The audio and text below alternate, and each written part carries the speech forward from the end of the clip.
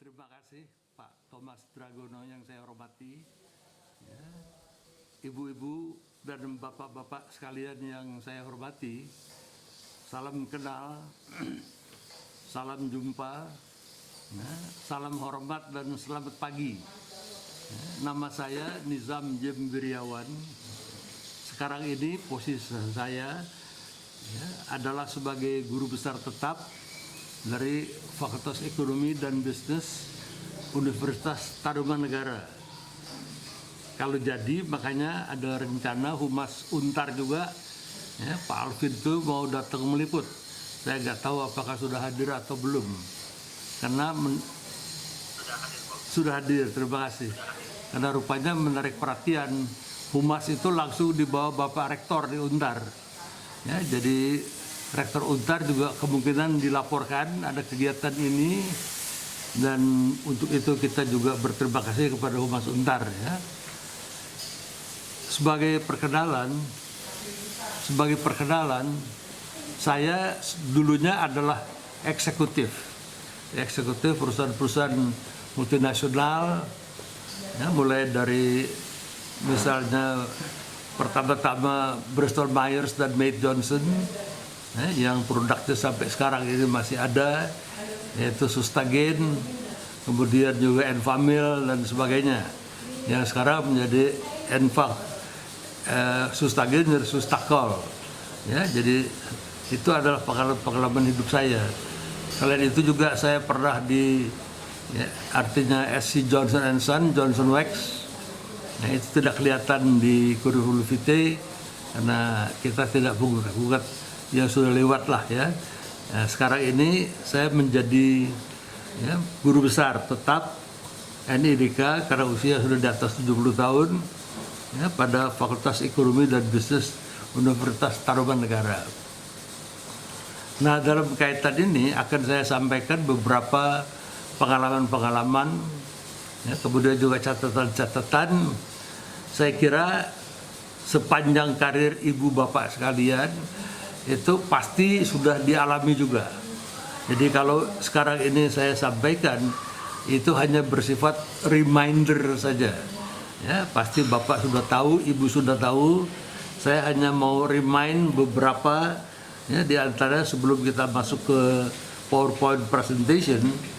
Ya, saya ingin beri catatan bahwa bagi saya pribadi, barangkali juga bagi para bapak dan para ibu, ya, kalau bisa dirasakan, ya, misalnya pekerjaan sales itu pekerjaan yang buat saya, ya, menjadi suatu hal yang betul-betul paling berat.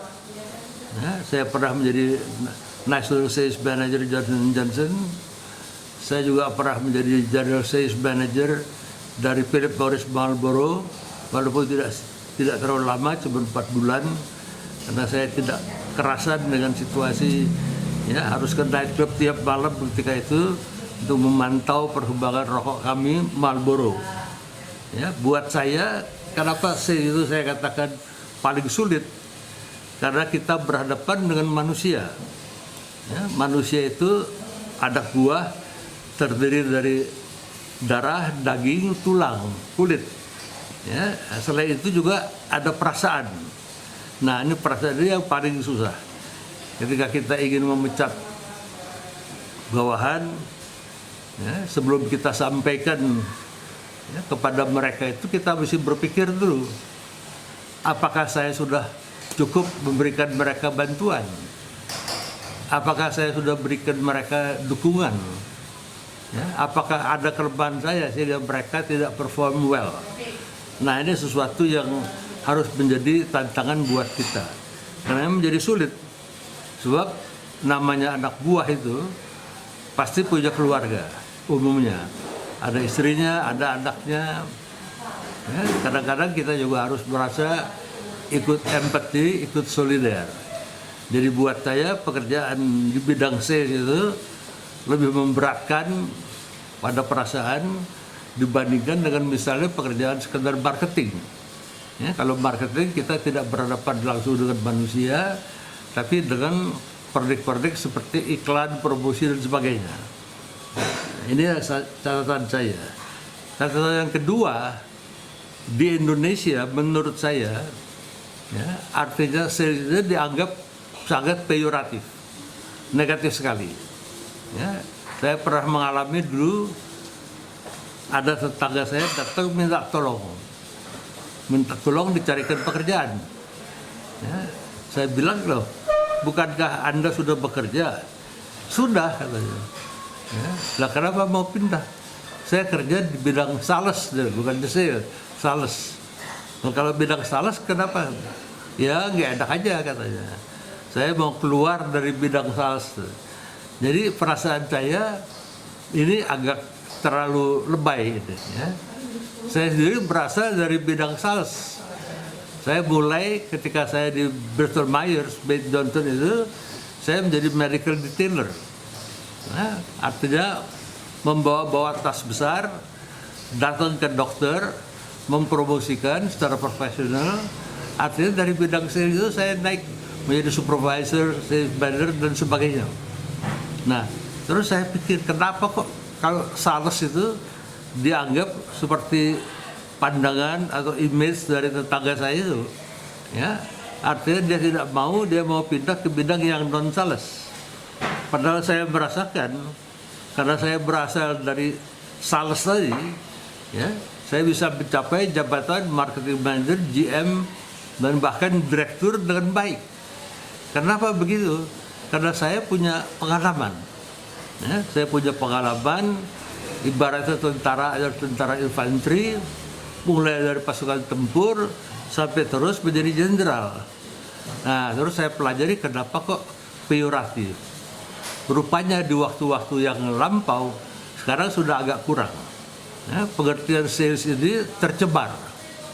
Ya, dulu ketika apalagi di zaman peralihan 6566, ya, di situ banyak sekali orang-orang yang kemudian pakai sendal jepit, ya, terus pakai baju semacam, ya, jaket hijau militer, datang ke rumah-rumah menawarkan teh bubuk, menawarkan kalender, mengatasnamakan, oh saya dari veteran, dari ini itu, terus separuh memaksa menjual. Ya, nah ini suatu hal yang tidak baik. Ya, dan karena apalah sekarang juga masih terjadi. Ada orang-orang sales itu yang saya tidak ingin ungkapkan dari mana, datang, ya, ke tempat-tempat tertentu, menawarkan barang yang dia sedang jajakan, kemudian dia cepat-cepat pergi lagi dengan keadaan, ya, artinya keringetan wajahnya, rambut acak-acakan, ya, dan mereka ini sebenarnya bukan orang sales. Menurut saya mereka hanyalah order taker saja.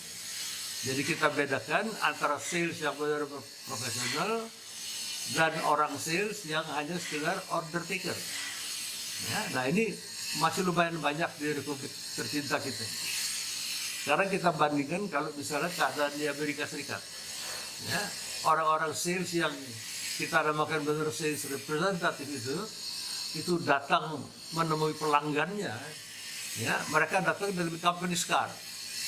Ya, hampir jarang di Amerika ada posisi manajer dengan company car. Di sana mobil relatif murah.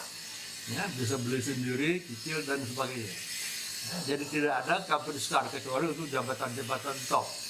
Nah, untuk orang sales disediakan company car yang bisa dia gunakan. Supaya apa?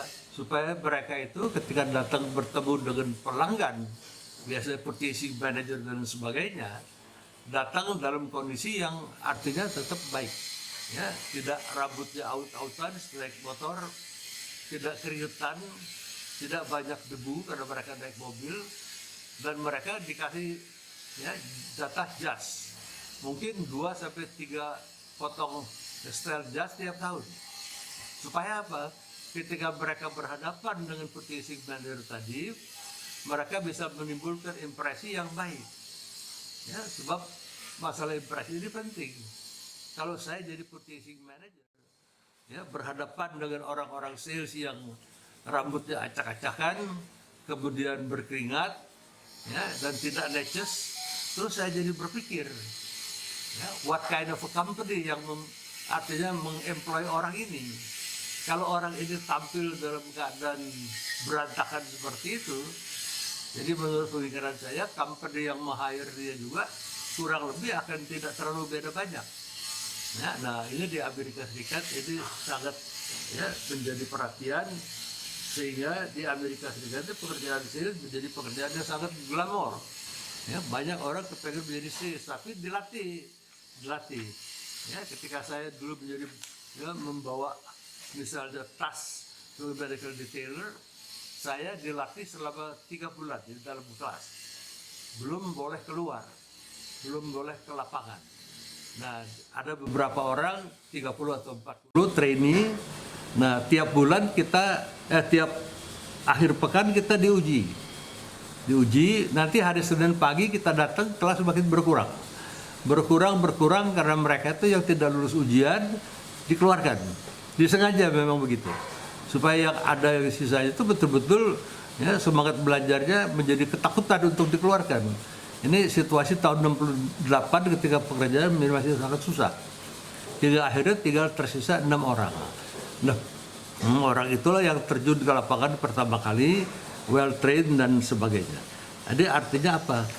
Ya, tenaga sales ini harus dilatih dulu, ibu dan bapak-bapak sekalian.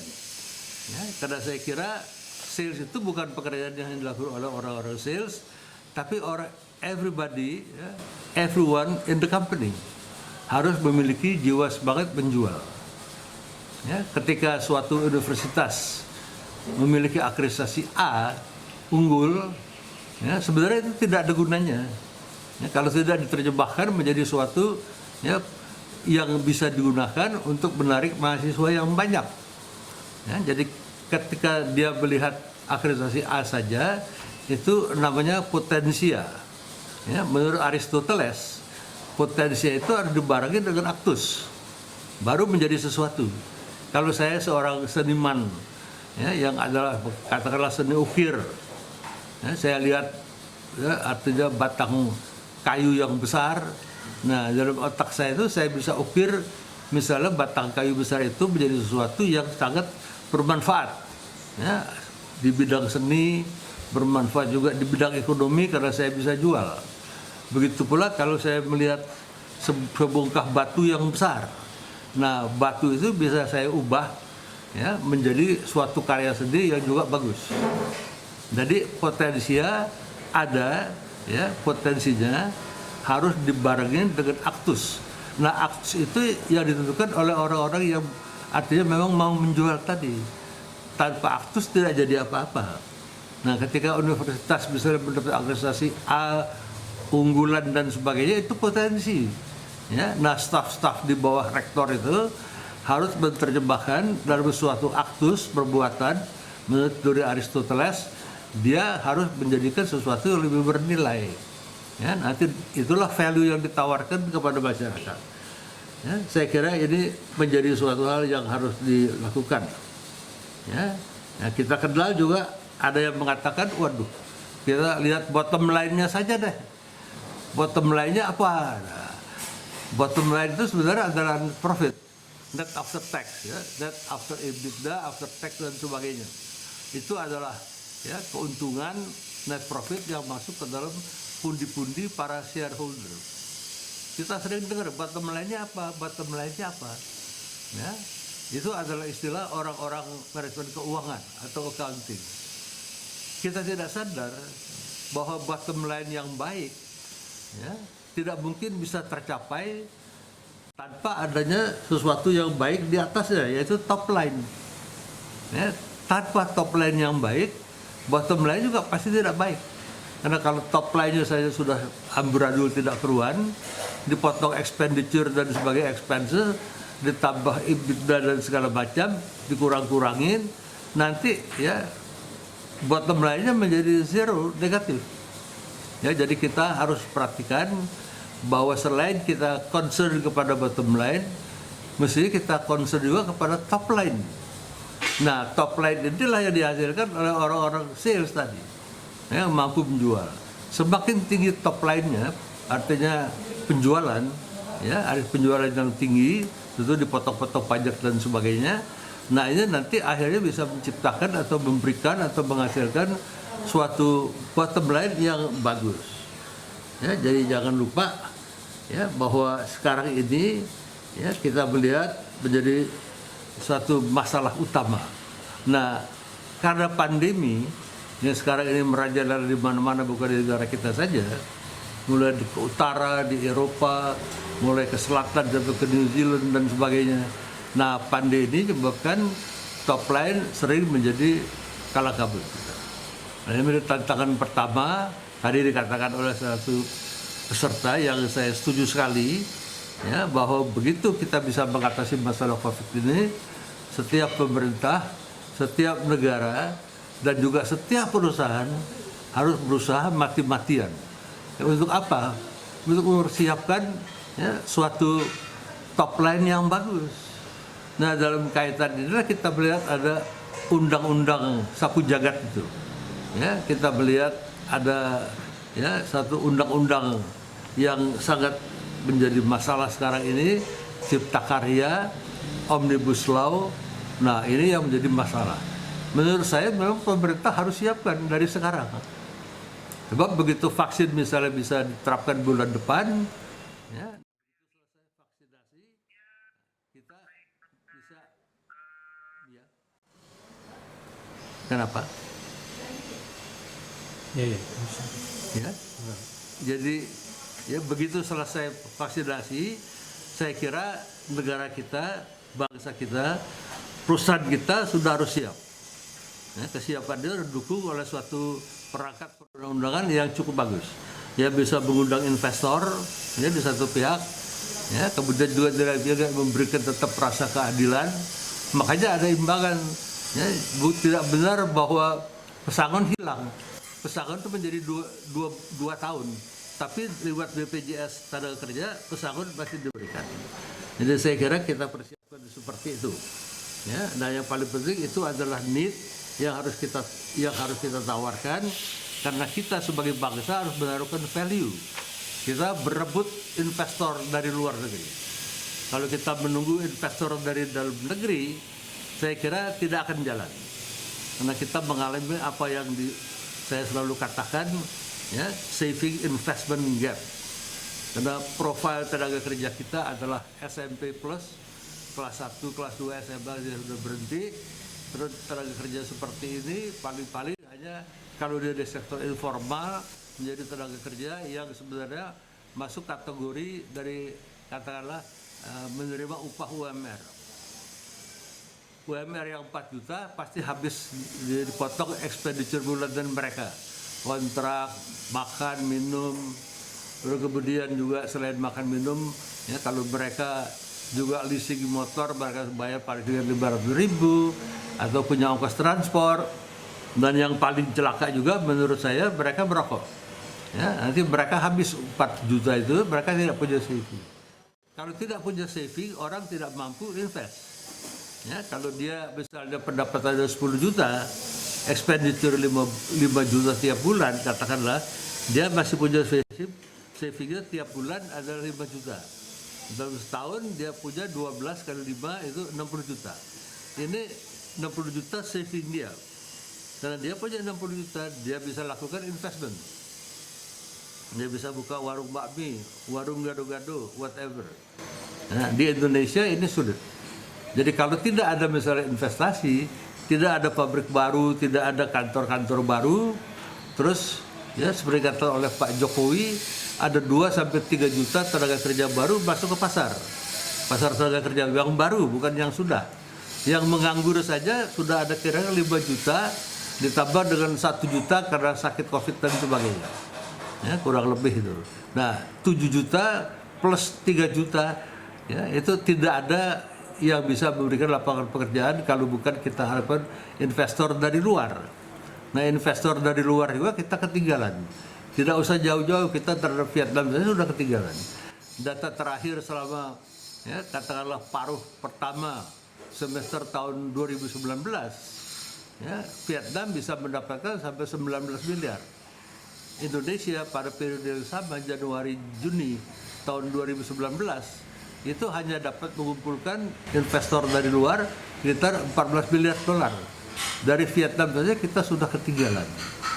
Dan kemudian kita high cost, ketika kita juga harus memphk tenaga kerja, kita sangat tinggi cost kita sekali. Nah, jadi hal-hal ini merupakan ya sebagai satu pengantar saja buat memberikan ya gambaran kepada ibu bapak sekalian ya bahwa kita memang harus masih bekerja lebih keras lagi. Ya, kalau kita ingin survive ya sebagai bangsa, negara dan juga sebagai perusahaan. Sekarang izinkan saya untuk menampilkan PowerPoint ya yang sebenarnya ini lebih umum ya, yang saya kira lebih kepada teori-teori yang mungkin bapak-bapak sudah pernah dapatkan atau bahkan sudah pernah laksanakan. Ya, silakan. Nah, saya harap ini sudah muncul di layar monitor. Ya, ini adalah chapter 1 yang saya presentasikan, tapi skrip originalnya saya ambil dari buku Kron dan De Carlo sebagai bahannya. Ya, jadi akan saya teruskan. Nah, di sini dikatakan, yang mengatakan George Foreman. Ya, barangkali bapak-bapak dan ibu, mungkin ibu tidak begitu seperti bapak, karena dia adalah juara tinju kelas berat, ya, George Foreman. Dan kalau tinju kan biasanya ya, para bapak lebih tertarik daripada ibu. Nah, dia mengatakan, I don't care how many degrees you have on the wall, if you don't know how to sell, you're probably going to starve. Ya, jadi itu intinya apa? Itu saya katakan tadi. Ya, itu harus bisa menjual. Ya, universitas juga begitu. Ya, universitas walaupun nirlaba non profit, punya akreditasi unggulan, punya akreditasi A, itu harus bisa ditransformasikan ya dalam bentuk penjualan yang baik, ya, supaya dengan demikian ya universitas itu bisa mendapatkan mahasiswa-mahasiswa baru. Ya, tidak bisa tidak, karena pada universitas swasta di Indonesia itu jiwanya berada pada ya tali yang namanya mahasiswa baru. Tidak bisa tidak harus dapatkan mahasiswa baru yang sebanyak mungkin. Kemudian untuk apa? Ya, untuk supaya bisa menyambung ongkos-ongkos yang besar yang dikeluarkan tiap bulan. Makanya jangan bicara bahwa universitas swasta itu bisa melakukan penelitian. Ya, itu susah sekali. Kita tidak bisa bandingkan dengan Harvard, ya, Cambridge dan sebagainya, di mana dana penelitian itu bisa datang. Ya, karena memang tugasnya berbeda. Saya PhD saya lulusan Australia. Rektor saya itu hanya bergelar bachelor. Bachelor itu artinya S1. Ya. Nah, tidak apa-apa. Clydesdale namanya, orang Yahudi. Nah, untuk urusan dalam universitas, kurikulum dan sebagainya, pengajaran, itu bergantung pada pro-chancellor, wakil rektor. Nah, kerjaan rektor saya itu apa? Dia tiap hari tidak ada di kantor. Ya, dia datang ke trading, industri, perbankan, mencari dana, membujuk-bujuk supaya nanti ada dana masuk ke Universitas South Australia di Adelaide. Nah, dana itu digunakan untuk penelitian. Itulah gunanya. Dia hanya urusin dana saja. Karena hampir setiap universitas di Australia sebenarnya ada universitas pemerintah, ya, negara bagian. Tapi tetap masih perlu dana. Nah, makanya di situ dikatakan oleh George Foreman, I don't care how many degrees you have on the wall, karena biasa di Amerika orang menggantungkan fotokopi dari negeri-negeri itu di tembok tempat dia bekerja. You are probably going to starve. Ini menekankan pentingnya, ya. Pentingnya. Nah, sekarang kita lihat di mana kedudukan personal selling dan sales management ini. Barangkali bapak-bapak sudah tahu semua di marketing mix, bauran pemasaran. Ya, artinya sales management itu ya adalah pada ya distribution dan sebagainya, planning, ya. Tetapi ada sesuatu yang ingin saya sampaikan tanpa kita sadari, ya, saya juga mulai tidak sadar, ya, sebenarnya konsep yang disebut the marketing mix udah ketinggalan zaman sekitar 30-40 tahun, ya, karena di Amerika orang tidak bicara lagi mengenai the 4P. Hanya di Indonesia, kalau kita kuliah manajemen pemasaran, ya, semua mengajarkan mengenai the 4P. Apa itu produk, price, promotion, distribution. Ini yang namanya the 4P atau marketing mix tadi, bauran pemasaran. Ini suatu ajaran yang sudah sangat kuno sekali. Ya, ini sudah kira-kira 60 tahun yang lalu. Ya, biasanya kalau kita bicara marketing mix, bauran pemasaran, yang ada di benak kita tidak lain dan tidak bukan adalah Profesor Philip Kotler. Sebenarnya keliru sekali. Ya, karena bukan dia yang menciptakan istilah marketing mix ini, bauran pemasaran. Ya, itu ada suatu proses yang panjang. Ya, belakangan baru Philip Kotler menulis dalam bukunya.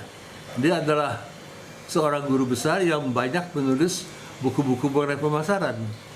Sehingga hampir setiap mahasiswa yang mempelajari manajemen pemasaran, ya, selalu teringat bahwa kalau marketing mix pasti Kotler. Sebenarnya bukan Kotler. Ya, nah itu pun keliru sekarang. Orang sudah tidak lagi menggunakan produk, price, promotion, dan distribution. Itu merupakan suatu hal yang sangat kuno, ya, dan tidak tepat lagi dengan perkembangan sekarang, ya, karena ini merupakan suatu revolusi besar di bidang pemasaran, ya, yang namanya konsep SIFA. Ya, apa itu SIFA? Ya, SIFA itu adalah, ya, pertama-tama adalah solution, ya, S, kemudian I-nya, ya, I-nya adalah, ya, information, value, dan kemudian akses.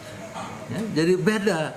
Apa bedanya antara promotion, ya, dan sebagainya, produk, price, promotion, distribution, marketing mix dengan SIFA?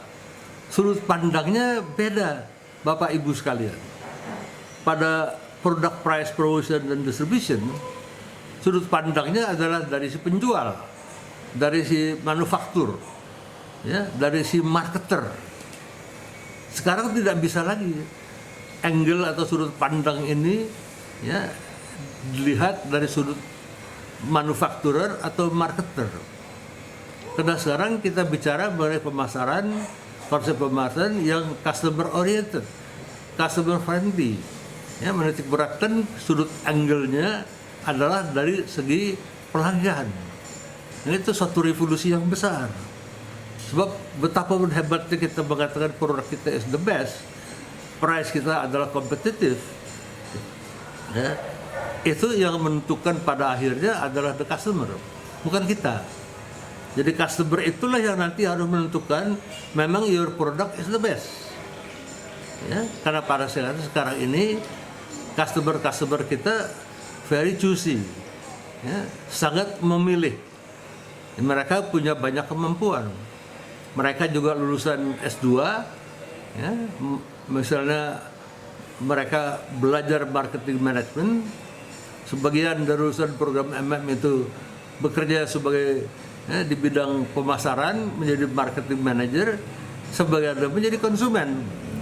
Nah, ketika ditawar-tawarkan, oh produk kita baik, price kita hebat, dan sebagainya, lah dia tahu, lah kan lu sama gua belajarnya sama dulu di fakultas. Jadi nggak bisa kamu jual-jualin saya tiru-tiru begini, gitu.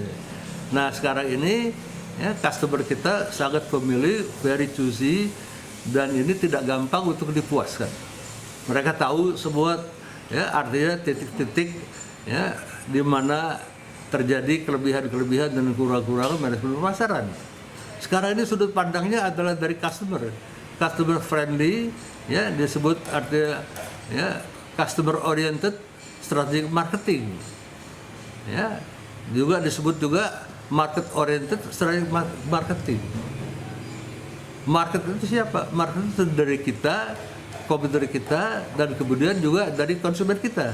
Nah konsumen itulah yang akan menentukan, ya, karena konsumen sekarang itu, ya, artinya dengan jelas gamblang seolah-olah berteriak kepada kita, hey, I am your customers, I want to, ya, use your product, dengan syarat, ya, please inform me, tell me kenapa I have to use your product and not your competitor's product. katakan kepada saya, kenapa saya mesti memilih produk kamu dan bukan produk dari kompetitor kamu? Kalau misalnya saya senang Coca-Cola, tell me, ya, beritahu saya kenapa saya mesti minum Coca-Cola dan tidak Pepsi-Cola. Kalau saya biasa menggunakan Pepsodent, ya, tunjukkan kepada saya kenapa saya mesti tetap gunakan Pepsodent, loyal to you, dan bukan pindah ke yang lain, ya, toothpaste yang lain. Nah, ini merupakan kewajiban imperatif yang memang dituntut oleh customer. Ya, I want to be loyal to you. Ya, just give me one very strong reason why I should be loyal to you and not move to your competitors. Nah, konsep inilah yang keluar kemudian 30-an tahun yang lalu, kira-kira 35, yang disebut konsep Shiva. Nah, kenapa saya katakan tadi konsep Shiva ini luar biasa? Ya, merupakan suatu hal yang sangat revolusioner di bidang pemasaran. Ya, karena konsep Shiva ini artinya merubah pandang dari segi manufaktur, ya, dan juga marketer kepada angle dari pihak, ya, pelanggan. Apa itu? Iya, misalnya. Nah, solution S pertama itu solution. Produk, ya, itu sebenarnya adalah solution bagi sudut pelanggan. Misalnya, ya, katakanlah di tempat lain, di sini tidak ada. Di kelas ini juga yang hadir tidak ada satupun. Ada wanita yang melihat wajahnya kurang cantik. Ya, kalau di kita semuanya tidak ada yang tidak cantik, semuanya cantik. Tetapi misalnya ada perempuan yang melihat wajahnya kurang cantik, ya, nah dia pergi membeli kosmetik, powder segala macam, lipstick. Sebenarnya apa sih tujuannya? Tujuannya untuk dengan menggunakan kosmetik tadi, dia tampaknya mendadak sontak menjadi menarik. Nah, buat si wanita yang merasa diri kurang cantik, kosmetik itu bukan sekedar produk. Kosmetik itu suatu solution. Lewat penggunaan kosmetik itu, dia langsung tampak cantik. Itu adalah suatu solution, bukan produk. Dia tidak membeli produk, dia membeli solution. Ya, kalau tidak dia nggak mau beli. Ketika juga ada seorang production manager di pabrik ribut terus-menerus, ya, karena pegawainya datang terlambat segala macam. Nah, apa yang dilakukan oleh, ya, seorang sales yang baik? Dia tawarkan solution. Ya, jangan tawarkan ini loh mesin absen. Nah, kalau mesin absen itu sudah biasa, itu produk. Tawarkan, Bapak kan karyawan Bapak sering terlambat. Nah, beli mesin absensi ini hingga karyawan Bapak tidak pernah terlambat lagi. Jadi produk itu menjadi solution, yaitu dilihat dari sudut pandang si konsumen. Ya, sehingga perempuan sebagai konsumen melihat kosmetik sebagai suatu solution. Kemudian seorang manajer pabrik, ya, melihat mesin absen itu menjadi sebuah solution juga. Ya, ini suatu hal yang ditawarkan. Nah, kemudian apa itu? Itu information. Ya, promotion, advertising, itu adalah bagi konsumen itu information. Bagi seorang anak kecil yang melihat iklan Oreo, ketika dia melihat, oh, Oreo nih diputar, ya, terus dijilat, dicelup, dimakan. Nah, buat si anak kecil itu, ini merupakan informasi bagaimana memakan Oreo. Sedangkan buat Unilever yang memasarkan, ya, Oreo itu adalah promotion. Itu dari segi Unilever, marketer, manufakturer. Nggak penting. Yang penting adalah apa yang konsumen mau lakukan. Nah, yang terakhir adalah akses. Akses ini adalah distribution. Ya, distribution. Ya, ya, artinya inilah yang harus kita berikan. Ya. Jadi ini Shiva ini semuanya value-value harus ditawarkan kepada pelanggan kita. Ya, jadi jangan lupa, ya, kita melihat bahwa kedudukan sales manager ada di sales promotion, ya, terdiri planning, budgeting, recruiting, selecting, training. Itu suatu hal yang sehari-hari sudah kita lakukan dalam hidup kita ini bersama sebagai orang-orang sales, orang-orang marketing, pemilik dan sebagainya. Ya, kita motivating, compensating, deciding territories, evaluating performance. Ya, itu nanti kita bahas lebih lanjut sekiranya waktunya mencukupi. Kalau ada pertanyaan nanti kita tunggu saya sampai question and answer session ya. Terus. Nah, jadi penting. Tadi saya katakan merupakan pekerjaan sangat glamor di Amerika Serikat ya, mengenai personal selling. Kira-kira 10% ya, dari workforce di sana ya, atau kurang lebih sekitar 12 sampai 15 billion itu bekerja di bidang personal selling ya, artinya B2B terutama, karena ini menjadi kritikal sekali untuk banyak barang-barang, jasa-jasa di bidang komersial, industrial, produk dan consumer durables ya, karena membutuhkan begitu banyak artinya personal selling di sini. Ya, mereka datang langsung kepada customer, mereka ceritakan ya, apa yang baik buat customer itu. Ya, sedangkan kalau kita bicara advertising and sales promotion, advertising and sales promotion itu tidak two-way traffic. Ya, jadi kalau kita lihat iklan di TV atau di surat kabar, kita praktis tidak bisa bertanya apa-apa. Kalau kita telepon television stationnya, dia bilang, wah sorry, saya hanya bertugas untuk memasang iklan ini. I know nothing about that advertisement. Tetapi kalau pada personal selling, ya, terdapat peluang untuk bertanya dan mengharapkan jawaban. Nah itu ada yang namanya two-way traffic. Dan ini penting terutama untuk B2B. Kalau pada B2B selalu ada pertanyaan-pertanyaan yang mesti dihadapi. Sehingga demikian orang-orang personal selling itu harus well trained, harus dilatih dengan baik ya, sebulan di dalam kelas, jangan disuruh keluar sampai ngerti benar produk knowledge-nya, sampai ngerti betul ya, misalnya prosedur pembelian, penjualan dan sebagainya. Karena pada ya, artinya advertising and sales promotion tidak dimungkinkan untuk two-way traffic of communication. Terus nah, kita lihat konsekuensinya. Sekarang ini terjadi marketplace change and selling consequences bukan saja buat bisnis. Sekarang ini ada powerful change at work. Apalagi kalau misalnya vaksin sudah bisa diketemukan ya, dan sudah bisa dinyatakan aman. Pasti berapa tuh? Pasti yang perlu vaksin bukan cuma Indonesia. Ya, pasti seluruh dunia. Pemerintah-pemerintah yang beradab dan yang terhormat pasti membutuhkan vaksin untuk warga negaranya. Ya, nanti akan ada perubahan-perubahan, mapping-mapping baru yang sama sekali juga tidak bisa ya, kita bayangkan seperti apa nanti.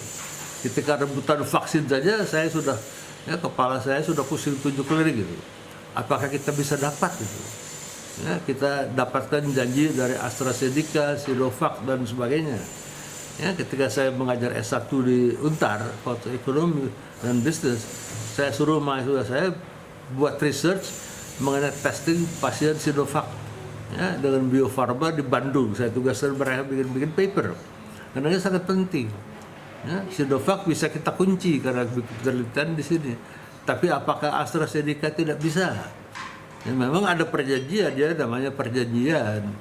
Ya, kemudian kalau datang seorang Donald Trump, ya, dia bisa apapun yang dijanjikan bisa ditorpedir oleh Donald Trump. Takut semuanya Trump kalau dia terpilih kembali tanggal 3 bulan 11 itu.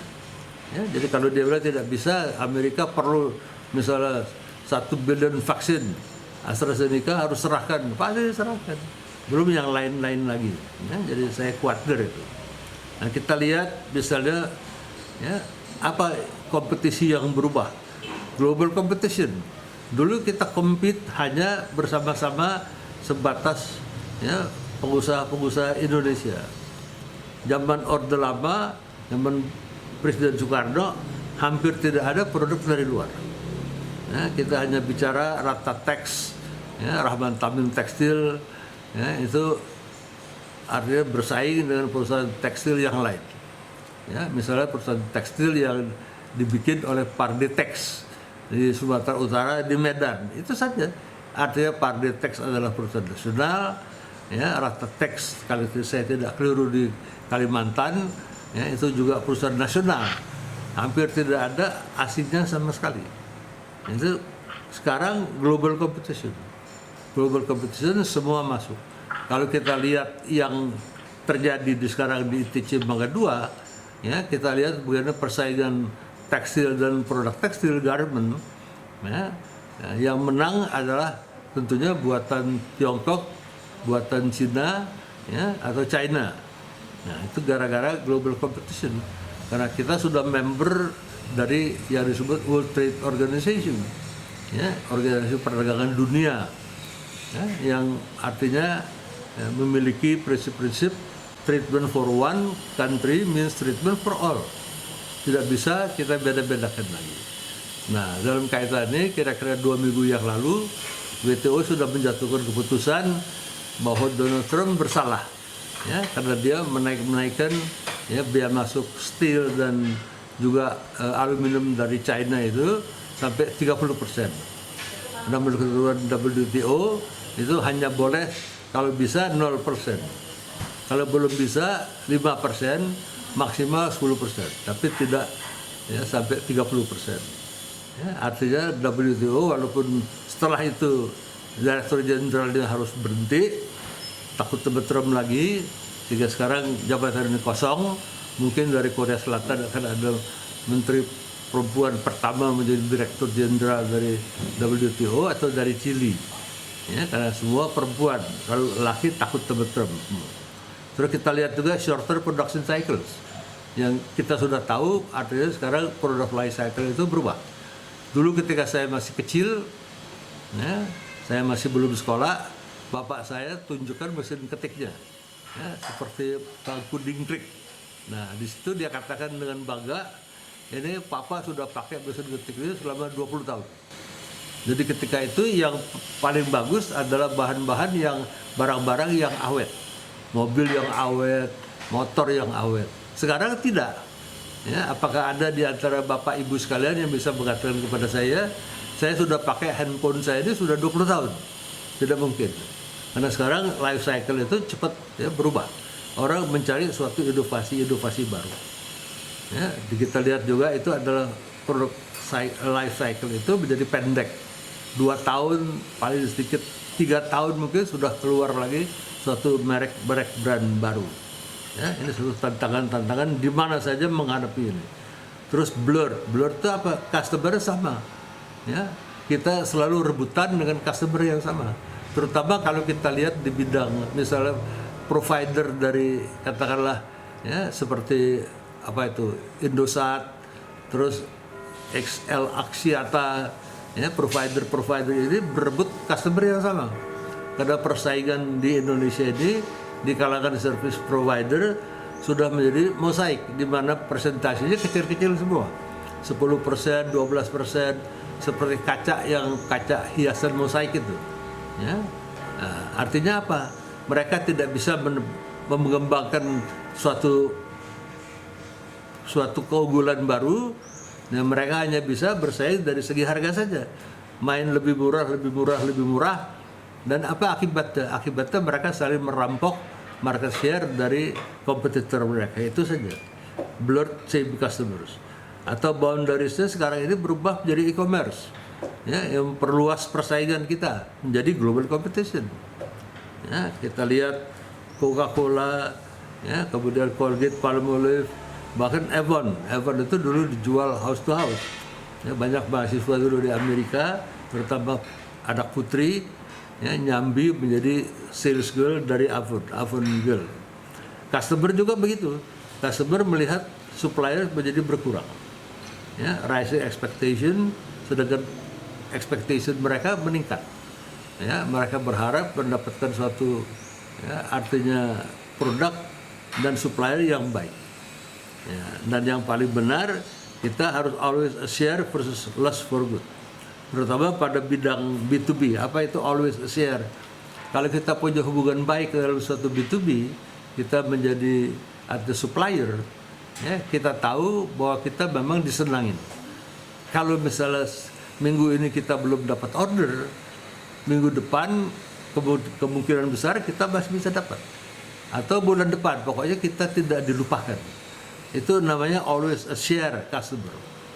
Ya, karena hubungan kita baik dengan purchasing manager, produk kita bernilai tinggi, value lagi, jangan lupa. Ya, service kita dianggap baik, ya, harga kita dianggap kompetitif, ya, service kita baik, kita tidak bakal dilupakan. Bahwa bulan ini mungkin kita dapat order, ya, bulan depan pasti kita dapat order. Hanya tinggal tunggu kapan waktunya. Berbanding dengan supplier yang always lost for good. Kalau supplier yang lost for good ini tidak punya value apapun, tidak punya nilai apapun. Ya, jadi tidak mungkin dia dapat order lagi, sudah dilupakan, habis sama sekali. Nah, kita harus berusaha sebagai orang sales jangan sampai menjadi orang-orang yang lost for good. Ya, kemudian selling proses, relationship selling, sales team dan sebagainya. Ya, kita lihat ini value. Ya, kita lihat di sini ada what creates satisfied customer. 37% kompetensi dari salesperson. Dan kita lihat, ya, bagusnya, saya katakan bagusnya, hanya 17% yang melihat competitive price. Jadi orang tidak melihat price itu sebagai suatu hal yang, ya, menyebabkan kita senang kepada kompetitor kita. 17%. Ya, kompetensi dari salesperson 37%. Terus customer solution 21%. Ya, nah yang lain adalah product of service. Ini 1/4. Jadi ini saja sudah mayoritas. Ya, ini value tadi itu. Ini harus kita tingkatkan kalau kita berada atau bertindak sebagai, ya, suatu supplier. Kita harus berikan, ya, artinya kompetensi, kita harus melatih salesperson kita. Seperti saya bilang tadi, jangan rambutnya acak-acakan, terus kemudian berkeringat karena naik motor. Ya, jangan nanti wajahnya juga karuan. Nah, terus juga kadang-kadang jaketnya dari jauh sudah kelihatan kusam, kurang dicuci. Nah, harus seperti profesional. Ya, nggak perlu kita kasih dia jas di sini, tapi berikan kesempatan yang baik. Nah, saya lihat dengan gembira bahwa ada peningkatan pada mereka yang dikatakan sebagai account manager. Ya, mereka sales juga, tapi mereka account manager. Ya, dicari orang yang berpendidikan tinggi, dikasih gaji yang lumayan. Nah, sering-sering juga dikasih kendaraan. Nah, mereka bertanggung jawab account yang mungkin, ya, bermiliar-miliar dolar. Tidak bisa diserahkan kepada salesman biasa yang ordernya hanya kira-kira ratusan juta. Ya, jadi kita lihat di sini sudah ada tingkatan kompetensi dari account manager di sini banyak, terutama di perusahaan-perusahaan yang artinya bersifat B2B tadi. Ya, terus total customer solution, quality of product or service, ini tidak usah bicara lagi. Ini harus ada. Ya, tidak bisa kita jalankan atau jual produk di mana quality tidak menjadi soal. Ya, karena pertama harus dilihat quality-nya. Baru total customer solution. Apakah kita punya service yang baik? Banyak, ya, perusahaan-perusahaan selain bisa menjual harus bisa menyediakan service. Bagian dari service itu yang menyebabkan penjualan itu laku. Makanya kita lihat mobil Jepang dengan mobil Eropa. Ya, mobil Jepang selalu menyediakan service. Auto 2000 Toyota laku. Tapi kalau mobil-mobil Amerika, ya, apalagi mobil Eropa, Peugeot itu bukan mobil jelek, bagus itu. Ya, BMW, ya, Mercedes, selain harganya mahal, juga di sini servisnya terbatas sekali. Ya, jadi kita lihat value kita adalah pada pertama-tama kompetensi of the salesperson, kedua pada quality dan total customer service. Ini yang namanya value. Nah, ini yang membuat customer, ya, menjadi sangat satisfied. Ya, silakan. Kita lihat sekarang, ya, contrasting, ya, antara yang biasa dilakukan selling yang transaksional dengan relationship selling. Yang transaksional itu kuno sebenarnya, sudah 60 tahun. Pokoknya lihat orang datang, ini cuan katanya, profit.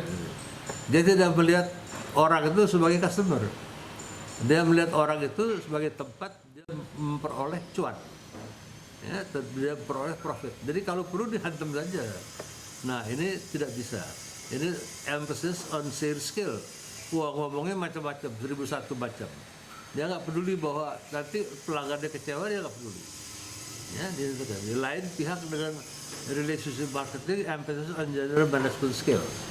Nah, pada saat ini terjadi suatu solution keseluruhan. Ya, dan kemudian juga ya, bisa lagi value based offer tadi. Ya, kita lihat IT itu harus value based. Ya, bukan saya bisa pasang, tapi bisa bertanggung jawab nanti. Ya, nah biasanya transaksional ini sudah, menurut saya sendiri sudah kuno. Ya, orang sudah berpindah ke relationship marketing, bahkan sekarang sudah experiential marketing. Ya, misalnya penelitian dari Van der Hoeven dan sebagainya itu sudah menekankan kepada suatu hubungan yang experiential marketing, terutama di bidang service. Experience kita bagaimana? Jadi kalau kita masuk ke Starbucks, nah experience yang kita alami bagaimana? Happy apa tidak?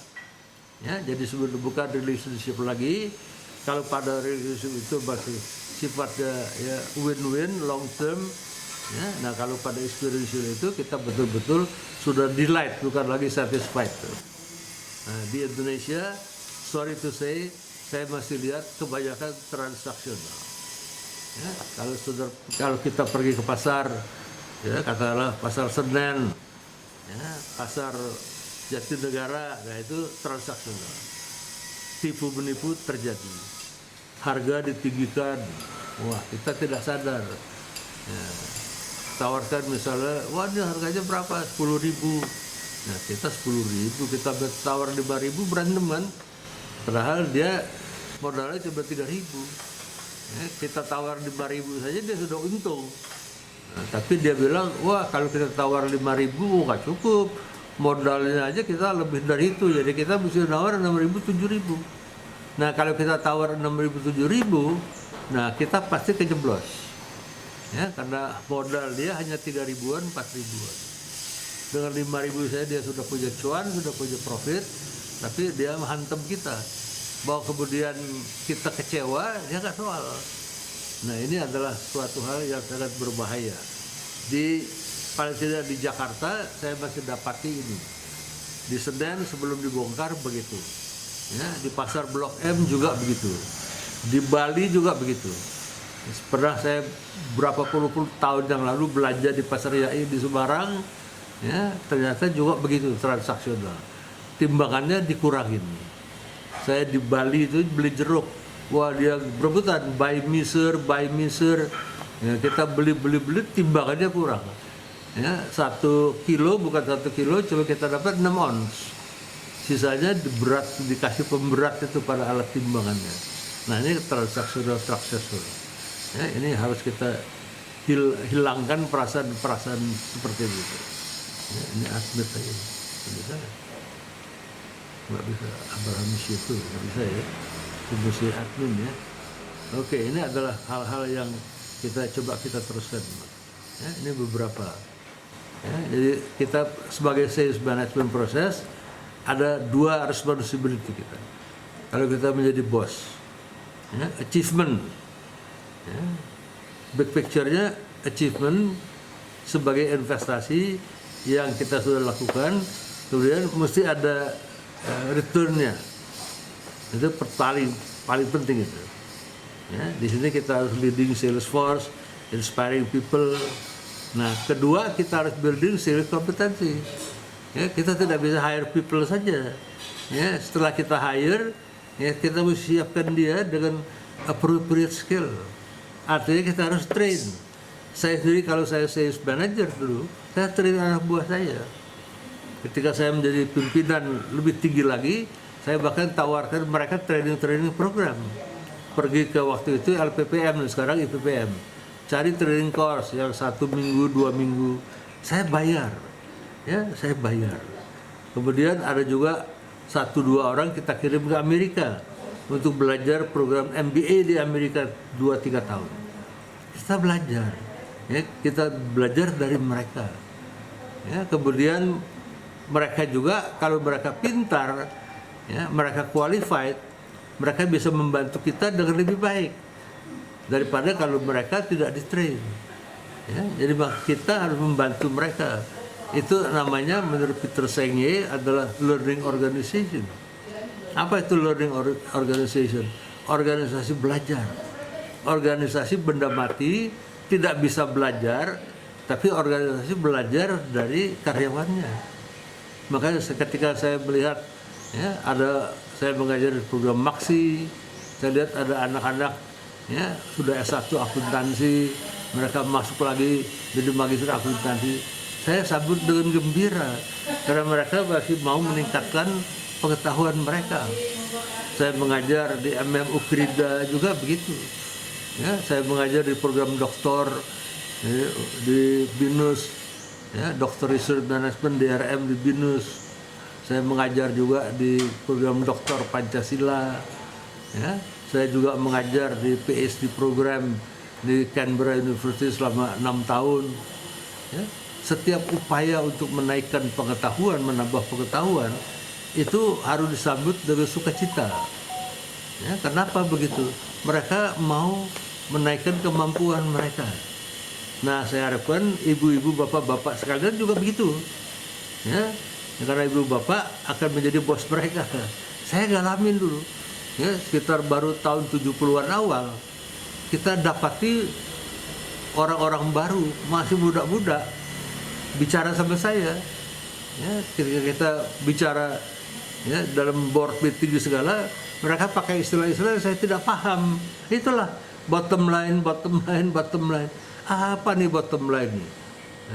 Ya, saya coba belajar dan keterusan. Ya. Ya, kita harapkan juga selain kita bisa mengetrain mereka, kita juga mengetrain diri kita sendiri. Ya, supaya kita jangan ketinggalan. Jangan sampai nanti mereka bikin laporan, kita nggak bisa baca, ya, karena kita tidak tahu misalnya ada regresi di situ segala macam. Kita mau bertanya sungkan, masa bos tanya sama anak buah, akibatnya kita simpannya di laci kita, itu salah sekali. Ya, jadi kita juga mesti bisa melatih diri kita sendiri, sehingga kita mampu membaca, paling tidak mengerti apa yang dilaporkan itu. Ya, jadi kita harus lihat ya, to develop people. Nah, improving your chance of success, build awareness. Masih ingat AIDA itu? Ya, AIDA itu sudah 60 tahun. Ya, sudah attention, interest, desire, action. Nah, jangan lupa pada actionnya itu. Nah, seringkali orang lupa. Sudah atensi ada, interest ada, desire ada, tidak di closing. Nah, action itu adalah closingnya. Nah, closingnya kita harus lebih agresif. Saya diajarkan dulu, kalau ketika kita closing, kita jangan tanya, Bapak mau beli berapa banyak? Wah, nanti dia jawab, oh saya nggak mau beli. Nah, rusak presentasi kita kan. Jadi jangan kita tanya, Bapak mau beli berapa banyak? Atau Bapak mau nggak beli arloji Rolex saya? Jangan. Ya, kalau dijawab saja dengan satu patah kata, kita hancur. Saya nggak mau beli, habis kita. Nah, kita paksakan, Bapak nanti saya kirim 10 losin ya, ke toko Bapak. Nah, dia gelagapan kalau di closing begitu. Ya, nah, kita bilang jangan banyak-banyak, jangan 10, 5 aja dah. Kita sudah goal. Nah, kalau kita jual arloji Rolex emas, nanti saya kirim ke rumah 2 ya, buat Bapak 1, buat Ibu 1 sepasang. Nah, dia gelagapan.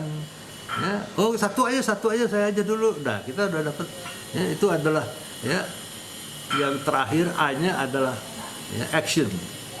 Action itu dinamakan dengan closing. Itu yang harus kita train kepada ya, salesman kita supaya dari situ kelihatan ada value-nya dan kita juga mendapatkan closing tadi dalam berupa sales tadi.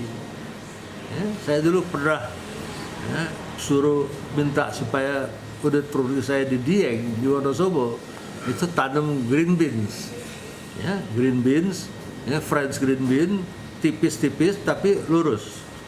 Karena sebelumnya di Hong Kong saya dapati Chinese beans yang dipasarkan di Hong Kong itu memang green beans, French green bean, tapi hancur. Nah, saya bawa pulang, terus saya bawa ke Dieng Wonosobo, saya bilang coba tanam ini. 2 bulan, 3 bulan dia tumbuh. Nah, terus bikin supaya jangan seperti buburu seperti ini. Ternyata bisa. Nah, ketika udah dites bisa, saya bawa ke Bangkok, di situ ada namanya perusahaan Zabajaidi. Ya, Zabajaidi itu buying office dari Carrefour. Ketika itu belum Transmart, namanya masih Carrefour.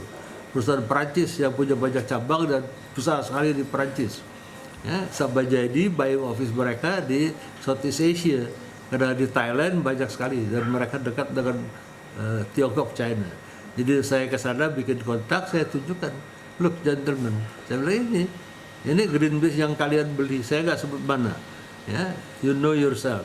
Saya pinjam piring, minta bukaan, saya bawa bukaan sendiri, bukaan kaleng, saya tuang, saya lihat. Nah, this is ours. Saya minta piring lagi, nah, terus saya suruh dia buka. Yang mana saja, you choose. Nah, nanti saya buka, dia pilih yang saya sudah sodorkan, ya, terus saya buka, saya tuang, bagus, rapi. Nah, setelah dia tertarik, nah itu value tadi. Nah, setelah itu baru action. Nah, saya bilang, saya bisa sediakan kamu stok, nah, berapa kontainer pun saya siapkan, asal harganya kita sesuaikan. Ya, setiap 2-3 bulan kita bicara harga. Kita total berapa kebutuhan Carrefour, misalnya 1 tahun 100 kontainer, saya komit. Cuma harganya kita nanti tiap 2-3 bulan kita perbaiki. Nah, saya dapat mereka. Ya, artinya directly address decision makers personally. Ya, kita mesti tunjukkan value dulu. Kalau nggak ada value dia nggak mau beli. Kalau saya juga harus tunjukkan value dari perusahaan saya di yang jaya itu.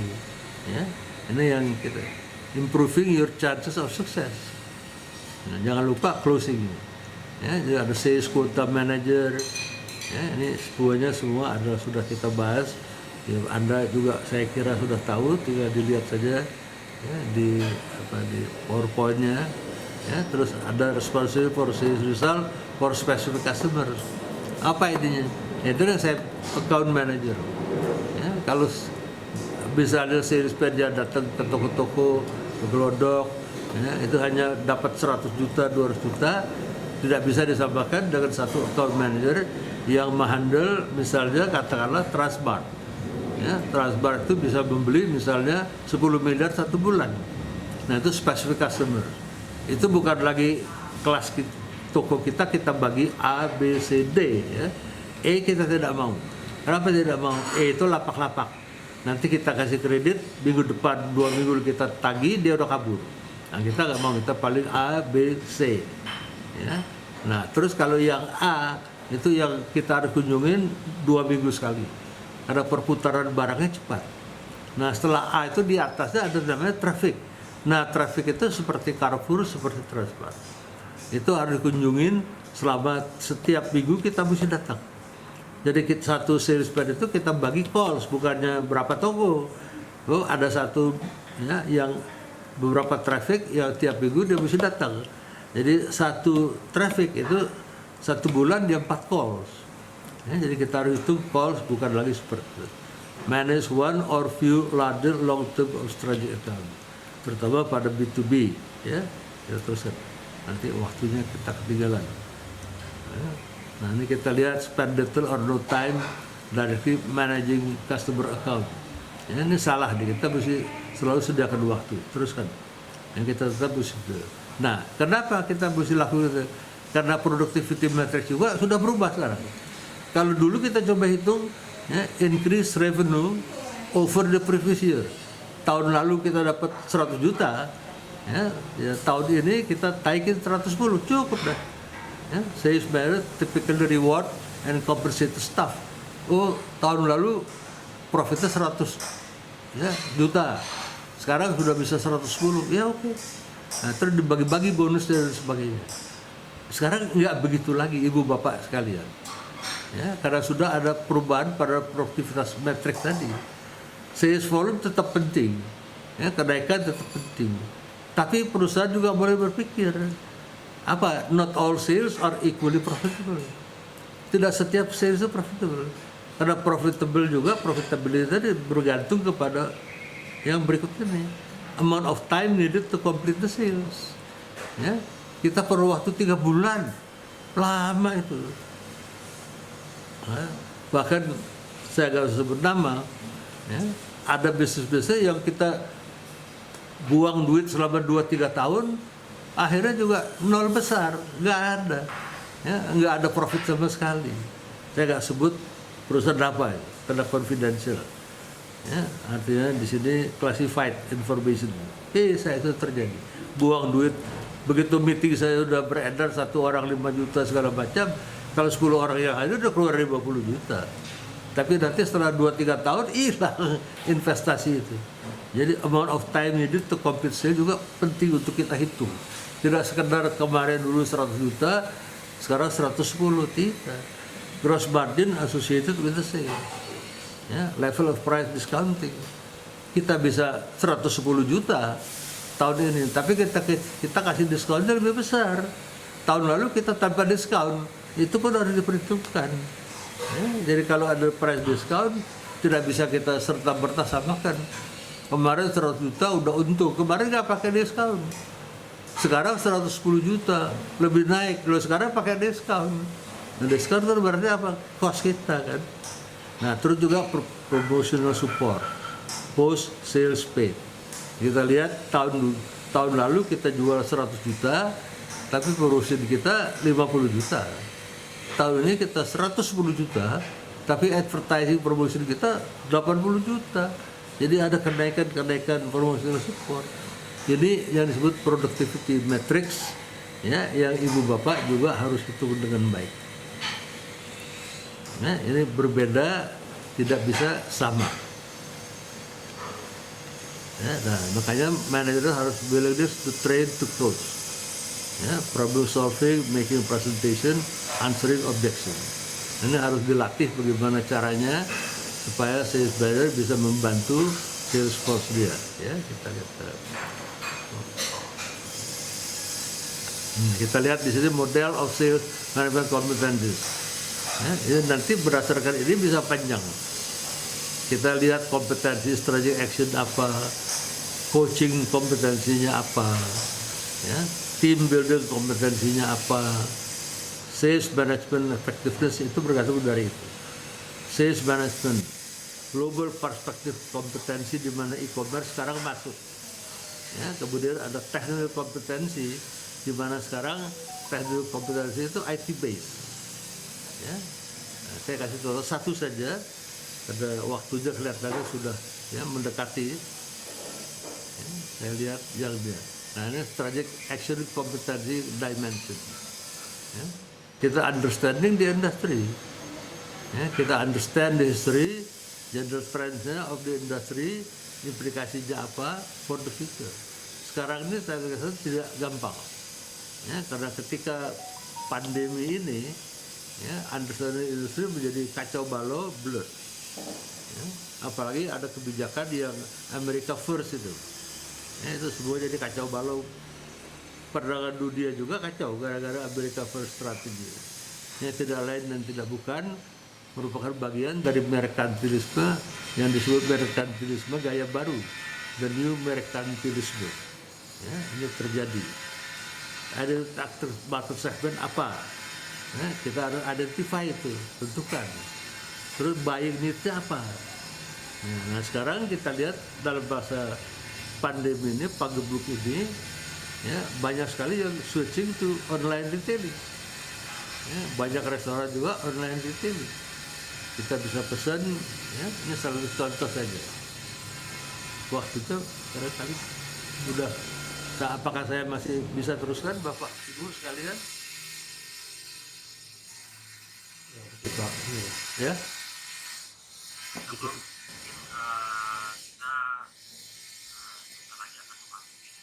Ya, ya, jadi silakan saja. Kalau mau, ya, di sini bisa saya serahkan PowerPoint ini nantinya. Ya, ini nanti Anda bisa baca sendiri, ya, lihat. Nah, kita masuk ke sesi question and answer ya. Iya, silakan, jangan sampai saya mengganggu. Ya, silakan saja. Semuanya kayaknya tenggelam dengan ilmu profesor yang dibagikan pagi hari ini. No, iya.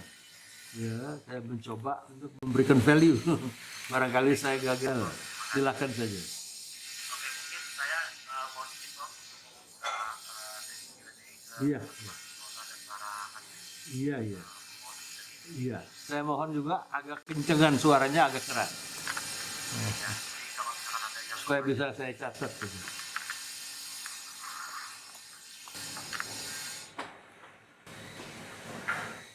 mohon izin Bapak Ibu yang bertanya di share di chat group juga. Kita bisa kasih admin untuk bisa mengakomodir.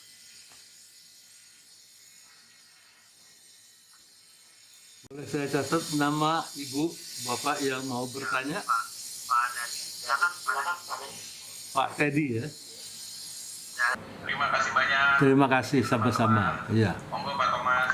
Oke, thank you Pak Dani. Prof, sudah berkenan sharing nomor HP-nya. Jangan kaget Prof ya, ada seratusan sales director yang setiap pagi minta pencerahan. Oh iya, nggak apa-apa. Nggak apa-apa, itu sudah bagian ya dari kehidupan saya. Itu namanya corporate social responsibility. Amin. Prof, saya izin untuk ke pertanyaan berikutnya Prof. Iya. Dari Ibu Vera. Ibu Vera. Ya, ini ada pertanyaan, what makes a good sales manager? Ini mungkin lebih ke kompetensi daripada sales manager. Iya. Dan what does it take for a sales to be a sales manager? Jadi lebih ke jenjang karir ya mungkin. Iya, iya. Bahkan lebih ke bagaimana seorang account manager. Karena sering sekali juga kita melihat di perusahaan yang pentolan jago jualan langsung kita jadikan sales manager. Oh iya, iya, Sebenarnya iya. bisa menjadi sales manager. Iya, Ya, iya. Not everyone can lead the team. Itu Iya, mungkin, betul. Kita pandangan dari Prof. Iya, iya. Boleh tahu Ibu Vera itu bisnisnya bidang apa, Ibu? Yang cuan Prof. Semua yang cuan Bu Merah ada Prof. Yang cuan. Iya, iya, iya. Halo Ibu Vera Umbara. Ya, bidang bisnis Anda apa? Ya? Saya jualan alat dapur. Alat dapur. Tupperware bukan? Bukan? Bukan? Tupperware? Bukan. Ya, oke deh. Begini, kalau syarat-syarat orang sales ya, itu biasanya pertama-tama dari kepribadian harus ekstrovert. Ya, ekstrovert artinya senang keluar gitu. Senang ketemu masyarakat, senang ketemu orang. Ada orang yang introvert. Ya, kalau introvert maunya di belakang meja aja. Ya, nggak bisa keluar. Nah, ini agak sulit. Ya, karena pada seorang sales itu syarat kedua adalah tebal muka, Ibu Vera. Ya, mukanya harus tebal. Ya, kenapa harus tebal? Dia mungkin ditolak untuk ketemu. Mau ketemu saja ditolak. Nah, dan dia tidak boleh patah hati karena ditolak itu pertama kali. Dia mesti datang lagi. Ya, mungkin saya kasih contoh supaya jangan kelihatan saya coba ngobrol-ngobrol aja tidak keruan. Anda pasti kenal yang nama Aristoteles Onassis kan? Masih ingat nggak? Atau barangkali terlalu muda untuk ingat Onassis. Onassis itu pernah menjadi suami dari Jacqueline ya, Kennedy itu, jandanya ya, JFK itu. Jadi orang hebat tuh kalau nggak mau ya, Jacqueline mana mau sama dia. Kemudian dia orang terkaya. Dia punya Olympic Airways segala macam. Pada zamannya tahun 70, Aristoteles Onassis itu adalah orang kaya. Nah, dia mendapat bisnis pertama dari jual tembakau. Apa yang dia lakukan sebagai anak muda? Dia datang ke kantor orang itu. Nah, dia berdiri pada jam di mana ya, juragan bos itu mau masuk ke kantor. Dia tunggu. Nah, bos itu datang. Bos itu tidak kenal dia juga tidak kenal, tapi dia tahu ini bosnya. Dia diam saja tegak berdiri. Bosnya masuk. Besok begitu lagi. Besoknya begitu lagi. Sampai suatu saat bosnya ingat, rasanya kemarin saya lihat orang ini kok ada terus. Dia siapa? Pegawai kita atau bukan? Nah, dia mulai tanya sama pegawai, siapa itu orang itu? Nah, orang itu nggak tahu, cari tahu katanya. Ya, selalu harus cari tahu. Setelah tahu, tanya mau apa? Dia mau ketemu bos. Nah, bos ini heran juga mau ketemu saya untuk apa? Tapi bos itu tertariknya kenapa? Karena Onassis itu sebagai anak muda tiap pagi nongkrong nungguin dia tanpa bilang bu, terus diam saja sampai ditegur. Nah untuk itu bos itu mengapresiasi, jadi disuruh masuk. Nah setelah masuk pertama kali dia baru jelaskan. Akhirnya bos itu tertarik, ya, dan bos itu memberikan order tembakonya yang pertama, yang kemudian dikembangkan oleh Onassis sepanjang jalan. Saya nggak tahu akhirnya apa industri tembakau Onassis, karena nggak kedengaran lagi. Nah baru belakangan dia punya semacam penerbangan, ya, Olympic Airways, kemudian juga perkapalan, dia punya tanker yang paling banyak di dunia tuh Onassis itu. Jadi artinya apa? Nah itu syaratnya tebal muka tadi, ya, dan introvert. Nah, dan ketiga mampu menjelaskan. Ketika kita berhadapan dengan pelanggan atau calon pelanggan Ibu Vera, ya, kita harus bisa menjelaskan dengan baik, sesingkat mungkin poin-poin dari apa yang kita mau bicarakan. Yang tadi saya sebut AIDA, ya, attention, interest, desire, dan action. Kalau saya interview seorang salesman calon, saya bilang, coba kamu jual, ya, saya kasih arloji saya, coba kamu jualan arloji ke saya. Nah, dia diam dah. Nah, terus pertama kali dia tanya, ya, pitching dia pertama, Bapak mau nggak beli arloji saya? Enggak. Nah begitu saya bilang enggak, dia nggak bisa ngomong lagi. Nah sebenarnya salah, ya, dia mesti coba terangkan attention, ya, Bapak sebenarnya sebagai leader, ya, di bidang bisnis, ya, Bapak memerlukan arloji yang tepat waktu, bagus, dan bisa dibanggakan. Nah, itu dulu attention yang dia timbulkan ke saya. Setelah itu baru interest. Saya punya arloji seperti itu, dimana kalau Bapak pakai di tangan Bapak, arloji itu menunjukkan waktu, kemudian menunjukkan siapa Bapak, ya, orang top di bidang industri Bapak. Nah, kemudian tiga menunjukkan desire-nya itu, saya tertarik. Nah baru dia tanya. Nah seperti saya bilang tadi, ya, jangan coba bilang saya nanti kirim, ya, arloji Rolex saya ke Bapak, jangan. Saya kirim ke rumah, satu buat ibu, satu buat Bapak. Nah di situ action itu, closingnya itu, ya, itu harus punya kemampuan. Kalau closingnya kelupaan, ya, presentasi sebagus apapun yang sudah disampaikan, value apapun yang sudah disampaikan, terus hilang, ya, karena kelupaan closing. Nah itu orang sales tidak boleh melakukan itu. Kalau jenjang karirnya Ibu Vera tidak usah khawatir, ya, tidak usah khawatir. Saya berasal dari salesman, seperti saya bilang tadi. Saya bawa tas teng ke sebagai medical detailer ke dokter-dokter. Ya, ada teman saya, saudara sepupu lah, ya, dia kritik ke saya, kenapa mau jadi medical detailer? Oh, itu nggak mau jadi medical detailer, mau jadi manajer nantinya. Saya bilang gitu. Dia dokter. Akhirnya saya jadi sales manager. Tapi nggak cukup puas, saya jadi marketing, sales, general manager, terus saya sampai menjadi direktur, ya, juga di perusahaan multinasional, juga di Borsumeweri itu, ya. Dulu Borsumeweri adalah distribution company yang paling besar di Indonesia dengan 30 cabang. Itu perusahaan Belanda. Kami menjadi distributor juga dari Susu Bendera. Saya menjadi direktur komersilnya di situ, dan kemudian juga kita berkembang terus. Saya menjadi presiden direktur dari Sumitomo Corporation. Kami terus naik. Nah, akhirnya saya berhenti karena sudah tua, nggak bisa menang lewat umur. Nah, saya pensiun total. Saya masuk ke suatu job yang lain yang namanya menjadi dosen. Nah, di kelas itu saya tawarkan pengalaman saya. Bukunya bilangnya begini, tapi pengalaman saya begitu. Nah, tinggal kita kombinasikan saja. Ya, akhirnya saya mendapat SK Mendiknas sebagai guru besar. Ada surat Mendiknas sebagai guru besar di Indonesia. Saya juga dapat surat dari Canberra University. Saya menjadi guru besar. Karena apa? Karena kalau di luar Indonesia, profesor itu diangkat oleh universitas. Jadi saya punya surat tugas Mendiknas sebagai guru besar. Saya juga punya dari Canberra University sebagai guru besar. Laku. Kenapa laku? Ya karena punya pengalaman praktek. Ya, ini yang terjadi.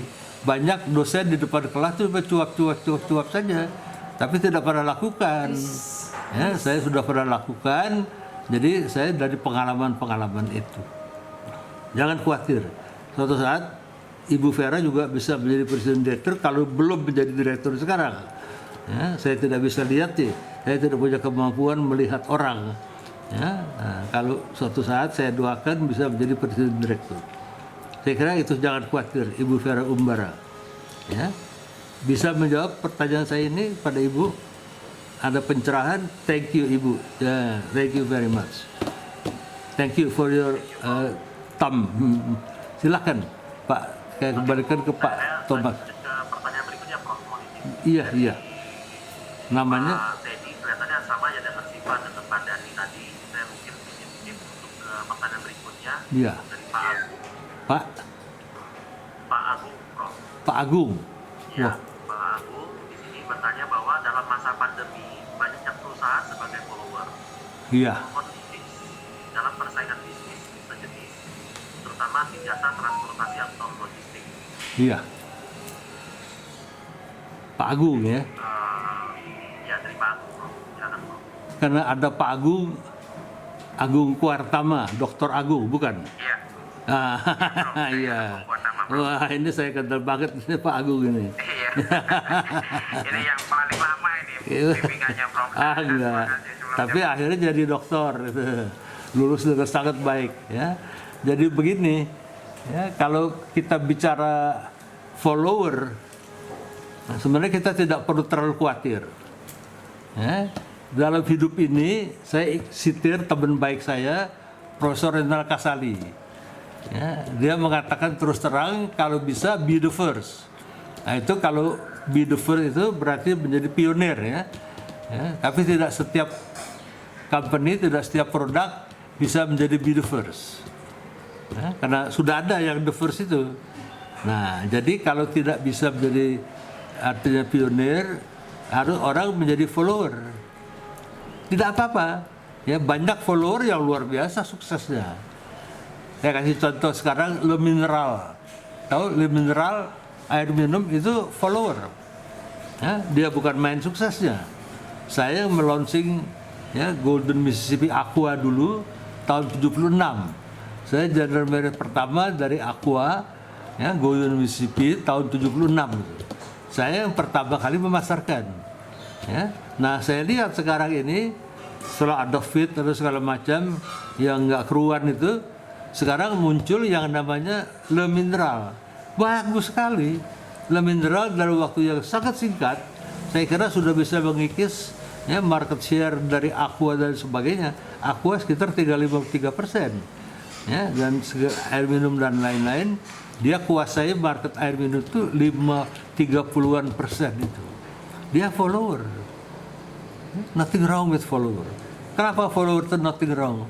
Follower bahkan bisa mendapatkan manfaat yang baik karena dia bisa belajar dari kesalahan-kesalahan yang pendahulunya. Ya, dia belajar dari kesalahan Aqua ketika pertama kali dipasarkan dulu pakai botol beling 950 cc. Waduh, botol itu harus kita kirim sampai ke Bali, tarik pulang lagi. Wah, itu kos betul. Ya.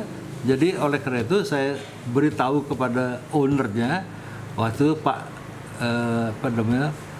Tirta Utomo almarhum ya Kwasin Biau almarhum harus dirubah menjadi pakai PET bottle. Nah ketika itu dirubah menjadi PET bottle. Nah Le Mineral melihat pengalaman Aqua tidak perlu pakai botol beling lagi, langsung dia pakai botol PET bottle. Ini yang terjadi ya karena dia follower, dia belajar kesalahan-kesalahan yang terdahulu. Sama juga kita lihat ya ketika Wings Group itu, Wings Group kan selalu follower. Ya, Wings Group dulu melihat bahwa Rinso itu sukses bukan main. Ya, nah terus dia keluar dengan produk yang namanya Daya.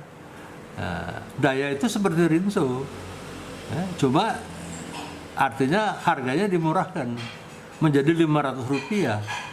Dia pukul Rinso yang per pak kecil itu Rp1.000. Nah, tapi Daya sukses. Sehingga akhirnya juga pihak Rinso sendiri, Unilever ketakutan dengan susunan daya. Ya, dia keluar dengan produk yang artinya price brand yang sama, yaitu artinya Slurve itu, untuk mengimbangi dari daya tadi. Daya follower, semua produk dari Wings Group itu umumnya follower semua. Ya, kapal api itu sudah yang lebih dulu datang di pasar, baru kemudian ya, Wings juga lakukan itu. Jadi tidak terlalu khawatir Dr. Agung ya dengan follower status seperti itu, asal bisa memanfaatkan. Nah, memanfaatkannya itu dengan belajar baik-baik dari kelemahan-kelemahan yang ada pada produk-produk yang menjadi pionir terdahulu. Ya, karena kita tidak bisa lagi menjadi the first, karena the first sudah ada. Itu kata Pak Ridwan Kasali. Jadi kalau kita tidak bisa menjadi ya the first, ya, tidak ada jalan lain, kita mesti jadi the best. Nah, kita harus berusaha menjadi the best. Kalau the best juga kita belum bisa, be different itu strategi differentiation. Kita lihat Tesi itu marinir kakao. Dia bisa, misalnya kalau dia mau, dia bisa membunuh orang ibaratnya dengan tangan kosong. Dia marinir kok. Tapi bukan kebanji-banjian seperti kita lihat. Ya, itu karena dia terpaksa memegang peran begitu. Kita lihat Gogon, ketika Sri Mulat itu sudah penuh dengan segala ya macam-macam komedian, pelawak. Nah, terus Gogon mau masuk dengan apa? Nah, Gogon keluar dengan be different tadi, jambulnya, ya lucu kan? Jadi itu adalah disebut be different. Itu strategi be different itu differentiation. Tinggal pilih saja Pak Agung yang mana yang Bapak mau. Ya. Oke, Pak Agung, Dr. Agung Kuartama. Terima kasih banyak ya sama. Terima kasih Pak. Iya, iya. Dari satu lagi mungkin dari Pak Dedi ya, ini mungkin pertanyaan terakhir yang coba kita tampung. Iya, Pak Dedi. Pak Dedi Banan. Prof, ini terkait mix marketing dan omni channel. Market mana yang paling tepat untuk service company dalam hal ini smart solution, Prof? Market mana? Antara mix marketing dan omni channel. Oh, Marketing mana yang lebih tepat untuk service company dalam hal ini sebagai smart solution, Prof? ya. Saya kira Dari Pak Dedi iya. Hermansyah. Pak Dedi juga saya ke teman lama saya ini, Pak Dedi. Ya. Saya kira tidak bisa kita mana Pak? Oh iya, Pak Dedi, Insinyur Dedi SHMM kan. Jadi kalau pertanyaan marketing mix yang mana untuk service itu bisa untuk yang mana saja. Ya, produk bisa untuk service. Pada service price juga bisa. Ya, kemudian juga semua bisa kita lakukan. Nah, tinggal kita pilih yang mana. Cuma service ini begini. Sebenarnya beda dengan tangible goods. Ya, kalau pada tangible goods, ya perbedaannya ialah apa? Pada tangible goods itu, ya kita hampir pasti bisa membedakan satu produk dengan produk yang lain. Gampang membedakannya karena dia tangible. Ya, kita bisa lihat, kita bisa pegang, kita bisa coba, kita bisa endus-endus, cium baunya. Lah kalau pada service kan tidak bisa. Ya, dan pada service juga tidak bisa kita storage, kita bisa simpan di gudang. Dia akan cepat perishable. Nah, itu juga segi-segi itu seperti harus kita ketahui. Jadi service tidak mungkin kita masukin ya di gudang sampai kita perlukan, tidak mungkin. Nah, juga ciri khas yang pada service itu antara provider service dengan konsumen dari service itu harus ada interaksi langsung. Ya, jadi service itu harus dinikmati bersamaan. Ya, ini yang harus saya sampaikan melihat ciri-ciri dari service itu sendiri. Ya, tidak mungkin misalnya kalau kita perlu pangkas rambut, kitanya ada di rumah, tukang pangkasnya di tempat dia, tidak mungkin. Itu harus bersatu. Ya, nah ini adalah ciri khas service. Tapi pada hakikatnya selama mengikuti ketentuan tadi, ya the marketing mix tadi yang sudah berubah menjadi Siva by the way, ya tidak lagi marketing mix, ya kemudian kita juga harus tahu, ya kita bisa sesuaikan. Jadi prinsipnya semua juga service juga harus dipromosikan. Ya, cuma beberapa service memang sulit dipromosikan karena ada ketentuan. Ya, tidak boleh misalnya Anda di Indonesia dan di Amerika ya promosikan kalau Anda berprofesi sebagai lawyer, tidak bisa. Tidak bisa Anda katakan, wah nanti kalau diajukan ya ke Tipikor oleh KPK datang ke saya, nanti saya jamin sebagai lawyer bahwa Anda akan lolos dari jerat KPK. Itu tidak bisa. Ya, tidak bisa. Nah, kalau service lain sebagai misalnya akuntan, Anda tidak bisa umumkan di surat kabar atau dimanapun mereka yang mau mengakal-ngakalin PPN datang ke saya.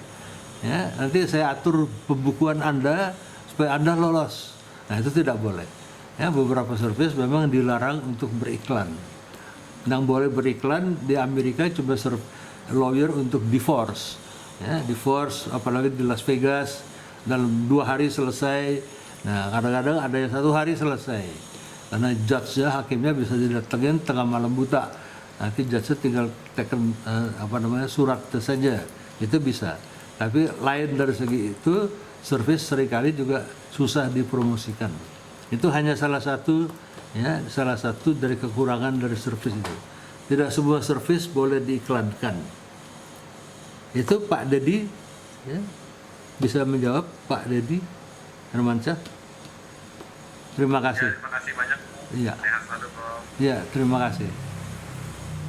Oke, Prof. Iya. Mengingat adanya keterbatasan waktu, Prof, Iya, saya iya. mohon izin untuk bisa merangkum sedikit Iya. ulasan. Iya. Ini jujur saya juga agak bingung, Prof, merangkumnya gimana karena informasi yang dibagikan ke kita banyak sekali nih, Prof. Banyak sekali. Saya takut kurang.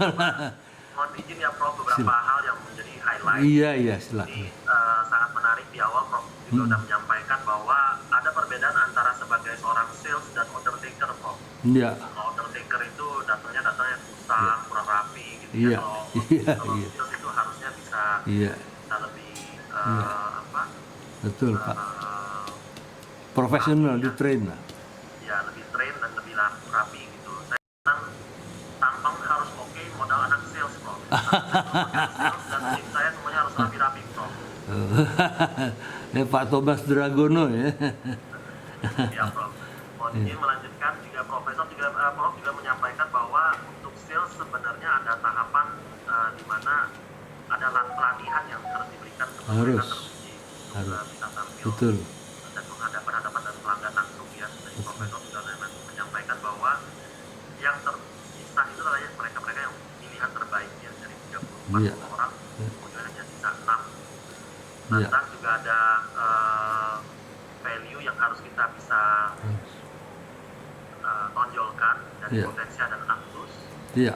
Dan untuk mendapatkan bottom line pada stakeholder yang ujungnya adalah cuannya berapa, harus mendapatkan top line yang bagus dan top line ini dilakukan oleh teman-teman sales yang harus mampu bisa menjual.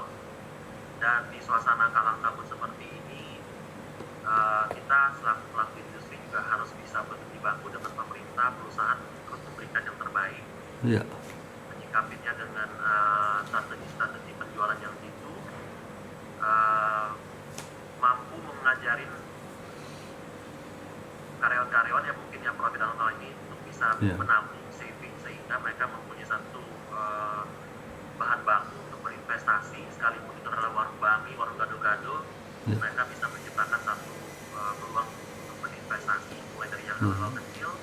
Dan tentunya ada SIFA, pendekatan consumer oriented, revolusi yang baru di mana kita mengibaratkan bahwa solusi, informasi, value dan akses yang menjadi jurus-jurus itu dari teman-teman sales. Dan kita harus perhatikan juga dari tidak lagi di transactional. Dan forecast tentunya ini sangat penting sekali karena sering sekali di top management di level direksi kita minta tim sales membuatkan forecast 1 tahun, 5 tahun ke depan, padahal di forecast lebih banyak yang ada favorable varian dan juga unfavorable varian yang harus kita pertimbangkan. Nah, dari sana kesimpulan juga yang terakhir mungkin bisa kita ambil ini adalah belum tentu harus be the first, tapi kalau kita be the first tidak menjamin kita harus be the best, atau tidak menjamin juga itu harus pivot ya Prof. Jadi itu tiga langkah-langkah yang harus kita sikapi sebagai profesional atau pengusaha agar tidak terlalu gampang atau tidak terlalu dalam menghadapi kondisi pandemi ataupun kondisi global makroekonomi yang tadi menghadapi kita semua. Baik Prof, dari saya mungkin itu Bapak Ibu yang mungkin bisa saya rangkumkan juga dari diskusi yang sangat menarik pagi hari ini dengan Prof. Nizam. Mungkin saya serahkan berikutnya ke MC ya, dalam hal ini bisa dilanjutkan ke agenda berikutnya. Ya. Baik, terima kasih Pak Thomas dan juga Profesor Nizam atas waktunya. Mungkin agenda kita sekarang secara simbolis untuk foto bersama juga penerimaan plakat untuk Profesor Nizam dari Sales Director Indonesia. Iya. Ini saya sudah terima. Ini adalah plakat yang saya terima. Dengan ucapan banyak terima kasih, sangat saya hargai. Ini merupakan kenang-kenangan yang baik buat saya. Ya, terima kasih banyak. Saya doakan sukses ya untuk organisasi Sales Director Indonesia sehingga bisa berkembang sampai menjangkau ke seluruh tanah air. Kalau nanti ada keperluan lain, selalu bisa hubungin saya dan saya selalu siap untuk bersama-sama dengan Anda semuanya. Ya, terima kasih. Terima kasih. Terima kasih atas kenangannya. Baik, terima kasih banyak Profesor Nizam. Ya, Baik, sama-sama. mungkin buat Koko Cici member SDI boleh di open cam-nya, kita akan foto bersama terlebih dahulu sebelum kita berakhir acara ini. Iya, iya. Silakan siapa mau foto, silakan.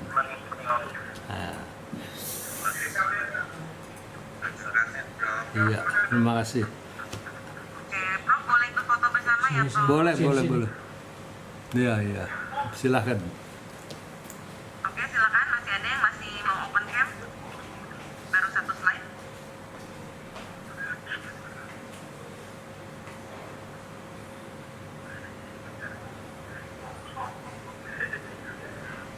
Wah, ada Abraham Sieto.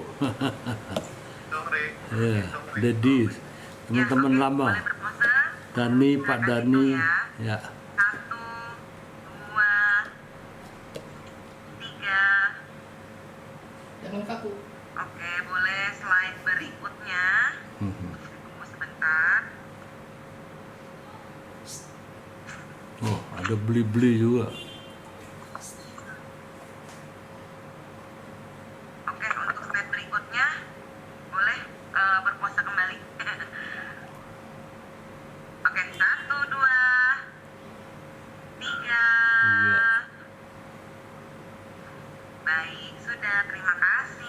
Terima kasih, selamat siang. Prof. Jing, terima kasih atas Terima waktunya. kasih Pak Thomas.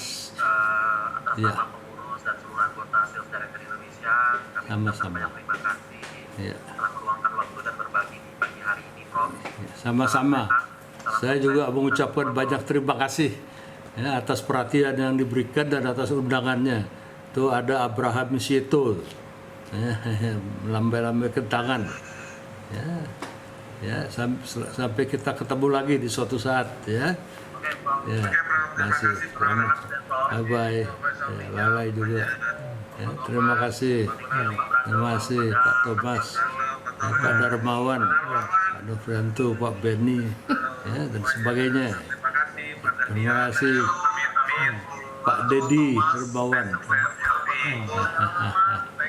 Ya, thank you. Thank you. Ya. Matiin ya. Belum dong. Enggak. Alvin dari Untar, terima kasih juga terima Ya, Humas Untar, terima kasih ya, Pak Alvin. Mana? Nah, itu Humas Untar. Oh. Ya. Nah, Humas Untar. Ya, terima kasih Pak Humas Untar juga ya, Siapa tuh? Pak Alvin. Cuman Humasnya aja. Enggak.